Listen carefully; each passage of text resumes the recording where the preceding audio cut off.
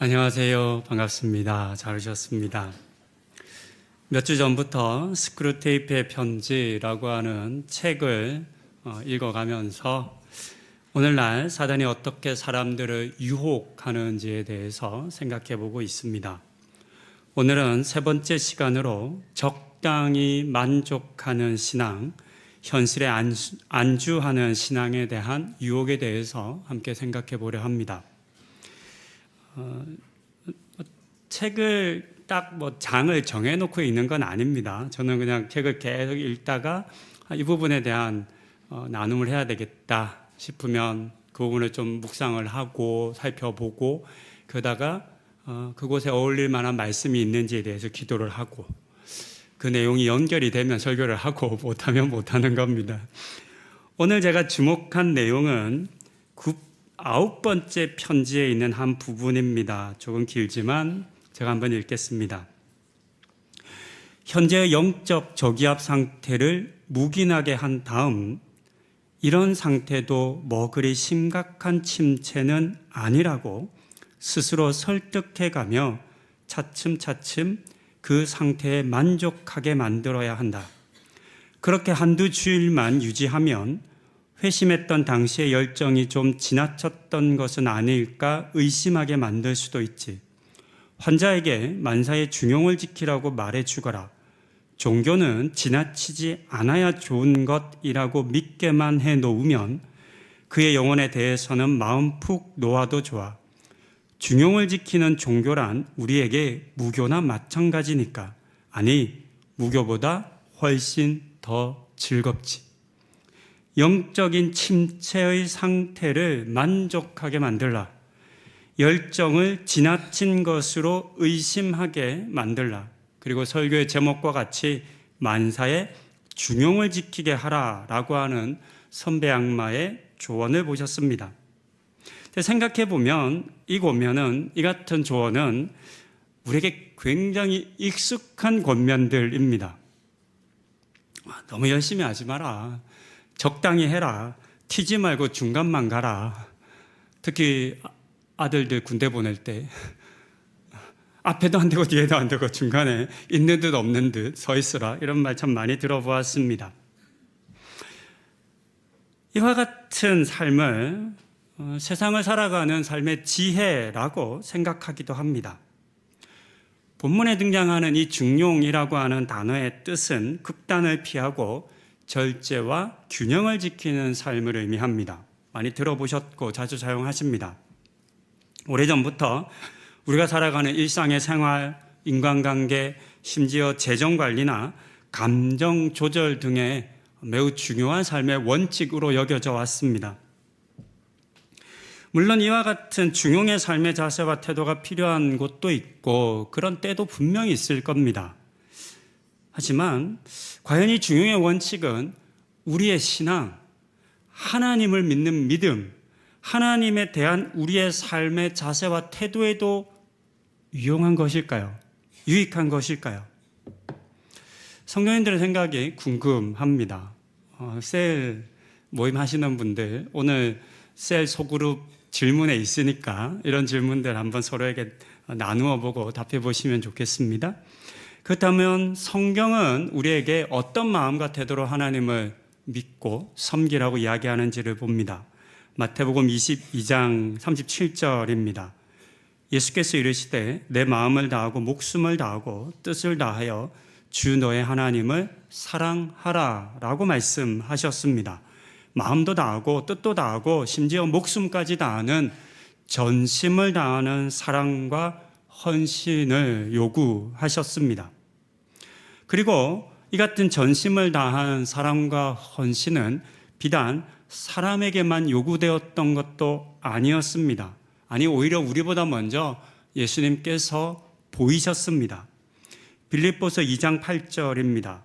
사람의 모양으로 나타나사 자기를 낮추시고 죽기까지 복종하셨으니 곧 십자가에 죽으심이라. 이 말씀처럼 예수님께서는 십자가에 죽기까지 하나님을 사랑하셨고 하나님께 헌신하셨습니다. 이뿐 아니라 예수님께서는 우리도 그렇게 사랑해 주셨습니다. 요한복음 13장 1절입니다. 유월절 전에 예수께서 자기가 세상을 떠나 아버지께로 돌아가실 때가 이른 줄 아시고 세상에 있는 자기 사람들을 사랑하시되 끝까지 사랑하시니라. 본문에 기록된 끝까지 사랑하셨다라고 하는 그 말씀의 의미가 십자가의 죽음이라는 것은 다들 잘 아실 것입니다. 이처럼 성경은 적당한 사랑이나 중용의 헌신을 말하지 않습니다. 자신의 모든 것을 내어줄 그런 사랑과 헌신을 요구하셨고 이미 보셨던 것처럼 먼저 그와 같은 사랑과 헌신을 우리에게 주셨습니다. 이것이 성경이 말하는 하나님에 대한 우리의 태도 그리고 우리의 신앙입니다. 하지만 신앙에 대한 현대인들의 접근은 이와 같은 전심을 다하는 것보다는 중용에 더 가까워지는 것 같습니다. 적당히 믿어도 되지 않아 라고 하는 사단의 유혹에 직면할 때 이 중용의 원칙은 깊은 헌신을 반박할 수 있는 좋은 무기가 되는 것 같습니다.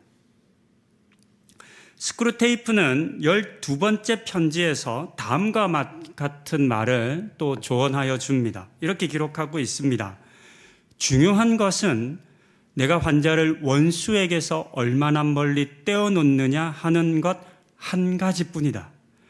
아무리 사소한 죄라도 그것이 쌓여 인간을 빛으로부터 아무것도 아닌 것으로 조금씩 끌어올 수 있으면 그만이야. 사실 가장 안전한 지옥행 길은 한 걸음 한 걸음 가게 되어 있다. 그것도 경사도 완만하고 걷기도 쉬운 데다가 갈래길도 이정표도 표지판도 없는 길이지. 이 이야기는 사람을 유혹해서 지옥으로 이끄는 사단의 전략이 무엇인지를 정확하게 표현하여 우리에게 알려주고 있습니다. 그것은 우리의 관심을, 우리의 마음을 하나님께로부터 조금씩 떼어놓는 것입니다. 그리고 우리가 인식하지 못하는 완만한 경사의 삶의 길로 우리를 이끄는 것이겠죠. 계시록 3장 15절의 표현에 따르면 차지도 뜨겁지도 않은 그런 신앙의 길로 말입니다. 이처럼 중용의 길은 겉으로 보기엔 지혜로운 것처럼 보이지만 적어도 믿음에 있어서만큼은 우리로 하여금 헌신하지 못하게 만드는 영적 무력화에 굉장히 좋은 도구입니다. 이 같은 사단의 유혹에 혹 속고 있는 것은 아닌지를 우리는 잘 분별해야 하겠습니다. 이제 이 같은 사단의 유혹에 대한 하나님의 책망의 메시지가 담겨있는 계시록의 말씀을 함께 보시겠습니다. 지금은 튀르키예라고 부르죠. 터키 지역. 이 지역을 당시 우리 성경적 용어에는 소아시아 지역이라고 부르고 있습니다. 바울이 전도하러 다녔던 소아시아 지역입니다. 역사적 기록에 따르면 이 지역은 1세기에 지진으로 굉장히 많은 고통을 겪었습니다. 아주 큰 지진이 2번 생겼는데요. 첫 번째 지진은 AD 17년입니다. AD 17년에 이 지역에 큰 지진이 일어나서 정말 많은 도시들이 무너졌습니다. 물론 이 이후에 많은 막대한 재정을 써서 이 무너진 도시를 재건하는 노력들을 각 도시들이 해왔습니다. 그로부터 44년 후인 61년에 다시금 큰 지진이 일어납니다. 이전보다 더 큰 지진이 일어났죠. 이 지진으로 인해서 계시록에 기록된 7교회 중 7도시 중 하나인 빌라델비아라고 하는 도시가 완전히 무너집니다. 그래서 이건 복구 불가능한 도시가 되어 결국 도시를 이전합니다. 더 이상 살릴 방법이 없어서 그냥 도시를 떠나 새로운 도시에 빌라델비아라고 하는 도시를 건설하기까지 이릅니다. 이처럼 지진으로 많은 도시들이 피해를 입었는데 이런 피해를 빨리 복구하는 것은 굉장히 중요할 겁니다. 그때 로마 황제는 빨리 황제의 재정을 풀어서 도시들을 도와주었습니다. 그런데 여기는 지금 황제가 다스리는 땅이잖아요. 그런데 이 황제의 도움을 거절했던 도시가 한 곳 있습니다. 그 도시가 저희가 함께 읽었던 계시록의 도시인 라오디게아입니다. 왜 거절했을까요? 황제랑 척을진 관계였을까요? 그건 아닙니다. 그럴 수 없죠. 황제가 다스리는 땅인데요. 이유는 황제가 주는 돈이 필요하지 않을 만큼 도시를 재건하는데 이미 가진 재정으로 충분히 도시를 재건하고도 돈이 남았었기 때문입니다. 이처럼 라오디게아는 부요한 도시였습니다. 그리고 이 같은 부요함을 자랑했고 이 부요함으로 말미암아 자신들의 삶의 상태가 어떠한지 심지어 라오디게아 교회조차도 이 부요함에 젖어서 자신들의 하나님을 향한 삶이 어떠한지를 깨닫지 못하고 있었습니다. 그래서 본문 17절 상반절은 이렇게 기록합니다. 내가 말하기를 나는 부자라 부요하여 부족한 것이 없다. 이 말은 라오디게아 도시에 살고 있던 교인들이 했던 말입니다. 교인들조차도 부족한 게 하나도 없어요. 우리 너무너무 부요해요. 부족한 게 하나도 없네요. 이렇게 얘기를 한 겁니다. 교인들이 이렇게까지 말했다면 일반 시민들은 어떻게 생각하고 말하며 살았을까요? 그렇다면 라오디게아는 어떻게 이렇게 다른 도시들과 달리 부자가 될 수 있었을까요? 다른 교회들 지역은 너무 가난해서 도움을 받아야 하는 그런 지역들도 있었거든요.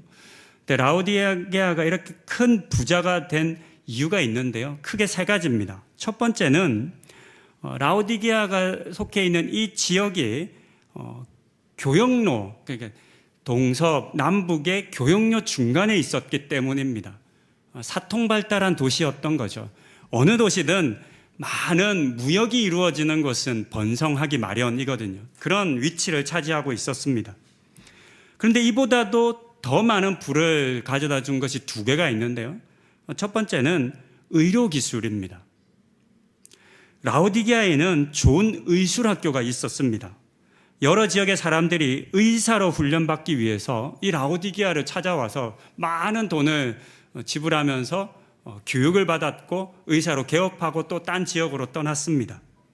특히 유명했던 것이 눈을 치료하는 안과이고 안약이었습니다. 그래서 많은 사람들이 치료를 위해서 도시를 찾아왔고요. 이곳에서 만든 프리기아 안약은 소아시아 지역 전역에서 유행했고 고가에 팔렸기 때문에 이것을 사서 넣어야만 하는 그런 질환자들이 많았기 때문에 막대한 부를 가져다 주었습니다. 또 다른 품목 중 하나는 라오디게아 지역 농부들이 특이한 검은색 양모 품종을 개발한 것입니다. 검정색 양모예요. 이 양모가 굉장한 고급품이었다라고 합니다. 고급 양모를 생산하고 이것을 바탕으로 한 패션 산업을 크게 키웠어요. 그러니까 특이하잖아요, 검정색. 그래서 온 주변에 있는 나라들과 부자들, 귀족들이 이거 사려고 사치품이 되어버린 거죠. 그래서 막대한 비용을 지불하고 이것을 사서 입었어요. 이처럼 안약과 검은색 양모가 유행했어요. 이런 지역적 배경을 알면 오늘 제가 함께 읽었던 성경 본문이 이해가 돼요. 왜냐하면 하나님께서 책망하실 때 너희 눈 잘 보고 괜찮고 건강하다고 말하지만 내가 볼 때는 아니야. 그러니까 안약 사서 넣으라고 얘기했잖아요. 누가 만든 안약을 사서 넣어야 돼요? 자신들이 만든 안약이 아니라 하나님께서 만들어주신 안약을 넣어야 되는 거예요. 또 무슨 옷을 입으라고 했죠? 흰 옷 입으라고 그랬어요. 완전 대비되잖아요. 검정색 화려한 옷을 입고 있는, 그러나 하나님 보실 때 그들의 모습은 벌거벗은 것과 다름이 없었다는 거죠. 그래서 하나님의 말씀으로 새롭게 된 옷을 입어야 한다, 흰 옷 입어야 한다 라고 하는 그런 맥락입니다. 사실 계시록에 표현된 이 7교회를 향한 모든 편지들은 각각의 도시들의 특징과 특색을 그대로 반영한 권면이 이루어집니다. 꽤 오래전 수요 예배와 아침 예배 때 한번 본 적은 있는데요. 다음에 기회 될 때 계시록 7교회에 대한 말씀도 나누도록 하겠습니다. 이렇게 부요한 도시가 됐습니다. 그러니까 뭐 그 주변 지역에 있던 돈들을 그냥 다 빨아먹은 도시가 됐어요. 지진을 당해도 어려움이 생겨도 누구 도움 필요 없이 우리끼리 다 해결할 수 있을 만한 부자가 되었습니다. 이렇게 부요한 도시에 뭐 부족한 것이 있었겠습니까? 그런데 하나님께서 모든 걸 주시진 않은 것 같아요. 한 가지 부족한 것이 있었습니다. 그것이 바로 깨끗한 물입니다. 라오디게아에는 리쿠스 강이라고 하는 강이 흐르는데요. 안타깝게도 이 강은 이 도시에 오면 말라버려요. 그러니까 물이 없는 거예요. 여름 한철이 되면 완전히 말라서 물을 전혀 구할 수 없는 때도 있었다고 합니다. 물이 없는 건 큰 문제잖아요. 살 수가 없잖아요. 사실 물이 부족한 도시는 성장할 수도 없어요. 발전할 수도 없습니다. 역사적으로 보면 항상 크게 번성했던 도시들을 지역을 보면 다 물이 풍부했던 지역이란 말이죠. 그런데 어떻게 그러면 이 라오디게아라고 하는 것이 물이 이렇게 부족함에도 불구하고 크게 성장하고 부유한 도시가 될 수 있었을까요? 이유는 그 벌어들이는 막대한 돈으로 물을 사왔기 때문입니다. 물을 어떻게 사왔을까요? 요즘처럼 교통이 발달하고 택배가 발달한 시대는 아니니까 요즘은 뭐 주문하면 다음날 아침에도 물이 오더라고요. 뭐 통에 사서 왔을까요? 그렇지는 않습니다. 다른 도시로부터 물을 끌어왔습니다.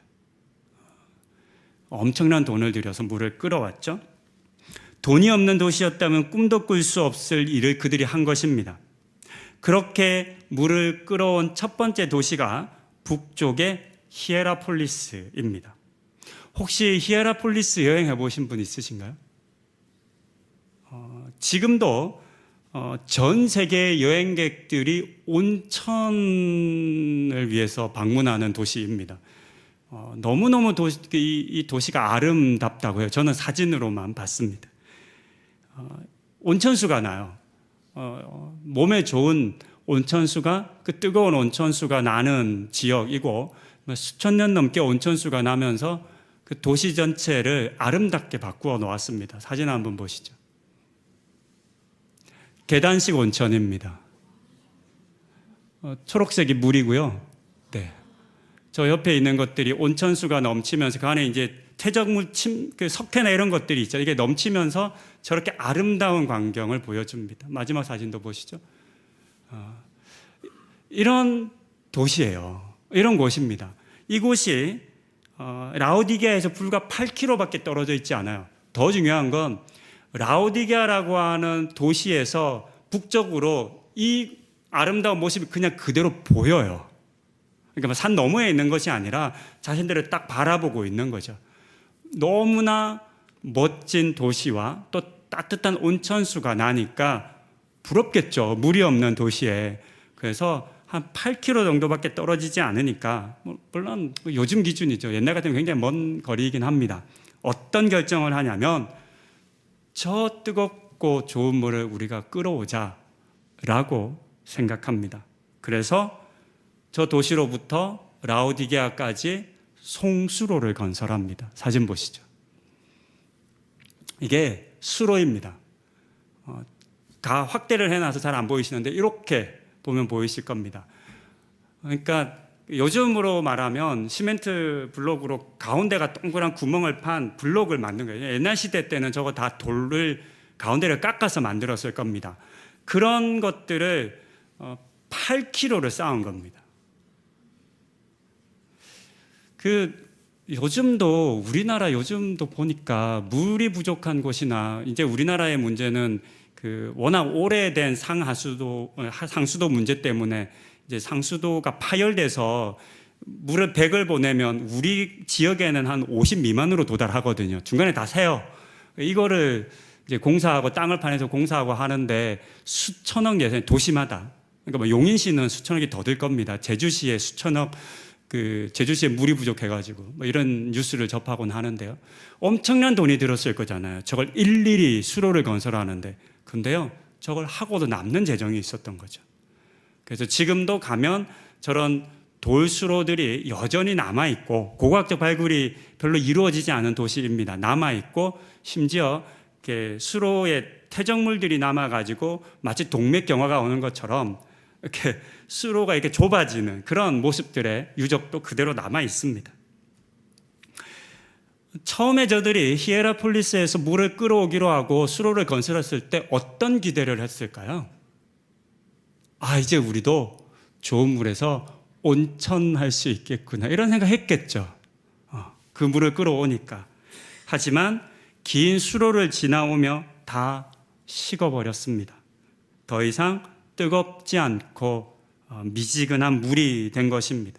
설상가상으로 아까서 보신 것처럼 이 히에라폴리스의 물은 석회가 다량 함유되어 있고 농축된 화학물이 많아졌어요.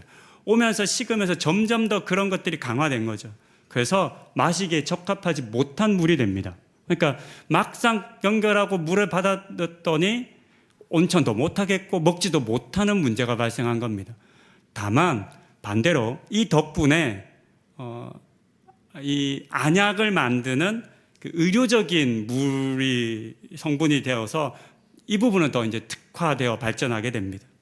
그러니까 실패를 한번 하게 된 거죠. 히에라폴리스에 물을 가져왔던데 이게 영 마땅치가 않은 겁니다. 그래서 다시금 눈을 돌린 곳이 남쪽의 골로새라고 하는 도시입니다. 골로새에는 눈 덮인 카드모스 산에서 흘러내리는 훌륭한 물이 있었습니다.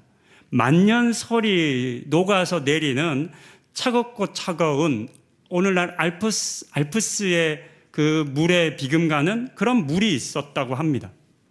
그래서 사람들이 이번에는 골로새로부터 수로를 건설합니다. 약 18km의 수로를 또 건설합니다. 이번엔 이런 기대를 했겠죠. 우리 드디어 집에서 알프스 에비앙 먹을 수 있다. 그런데요, 18km 떨어진 골로새로부터 라오디게아까지 올 때 그 터키의 장렬하는 태양 아래에서 이 물도 더 이상 차가운 물이 아니라 미지근한 물이 되고 말았습니다. 이처럼 뜨거웠던 물도 미지근해지는 곳, 차가웠던 물도 미지근해지는 곳이 바로 라오디게아였습니다. 이와 같은 라오디게아의 그 독특한 특징을 배경으로 하나님께서는 그들의 삶의 모습을 지금 적나라하게 보여주신 것입니다. 그래서 라오디게아 교회와 성도들을 향해서 너는 너희가 마시고 사용하는 딱 그 물처럼 뜨겁지도 않고 차지도 않구나. 나는 너희가 뜨겁거나 혹은 차갑기를 바란다 라고 하는 말씀을 하신 것입니다. 이 본문을 읽을 때 많은 그리스도인들이 뜨거운 신앙생활, 열정적인 신앙생활을 해야 한다라는 식으로 이해하곤 합니다. 근데 이 말씀은 그런 말씀이 아닙니다. 뜨거움과 차가움 모두 각각의 역할이 있고 의미가 있습니다. 중요한 것은 뜨거워야 하거나 또는 한 방향으로 차가워야 하는 것이 아니라 원래의 온도를 빼앗기지 말고 지키라는 겁니다. 온천수는 따뜻해야 쓸모가 있고 차가운 물은 차가워야 갈증을 해소할 수 있습니다. 그런데 라오디게아의 물처럼 어정쩡하고 애매한 상태, 바로 이것이 문제다라고 지금 말씀하신 것입니다. 그리고 이 같은 상태가 앞서 스크루테이프가 워무드에게 조언했던 내용이기도 합니다. 차갑지도 뜨겁지도 않은 만사의 중용의 마음과 태도로 하나님을 믿고 신앙생활하게 만들라라고 하는 그런 조언입니다. 그렇게 하면 그리스도인들은 적당한 침체도 별 문제 없다라고 안심하고 너무 열정적인 신앙도 오히려 좋지 않아 라고 말하며 완만한 경사로를 따라 점점 더 하나님으로부터 멀어지게 될 것이다 라고 한 것입니다. 이와 같은 유혹이 오늘 우리에게도 있습니다. 매사에 적당히 하려는 태도가 알게 모르게 우리의 삶을 차지할 수 있습니다. 다른 무엇보다 하나님을 향한 우리의 마음과 태도를 이렇게 만들고 있을 수 있습니다. 그러니 하나님을 향한 나의 마음이 어떠한지를 돌아보고 또 점검해야 하겠습니다. 미지근한 신앙, 열정도 회의도 없이 현실에 안주하는 신앙은 결코 안전하거나 평범한 것이 아닌 지옥으로 이끄는 완만한 경사로라는 것을 깨닫고 다시금 하나님을 향한 사랑과 헌신을 회복하시는 우리 성도님들 다 되실 수 있기를 권면드립니다. 기도하시겠습니다. 온천수의 그 뜨거웠던 것도 미지근해지고 만년설의 그 차가움도 미지근해지는 라오디게아라고 하는 도시의 물을 보았습니다. 하나님, 그런 믿음, 신앙, 도시의 부요함에 젖어 자신의 상황은 깨닫지 못했던 라오디게아 교회의 성도들을 향한 그 하나님의 꾸짖음과 책망 그리고 돌이킴에 대한 외침이 오늘 우리를 향한 외침으로 들립니다. 혹 우리도 세상적 부나 경험과 지식과 또 내가 세상에서 누리는 것으로 말미암아 하나님을 향한 마음과 태도는 점점 빼앗기고 있는 것은 아닌지 돌아보게 하여 주시고 회복하는 은혜 허락하여 주시옵소서. 이 모든 말씀 우리 주 예수 그리스도의 이름으로 기도드립니다.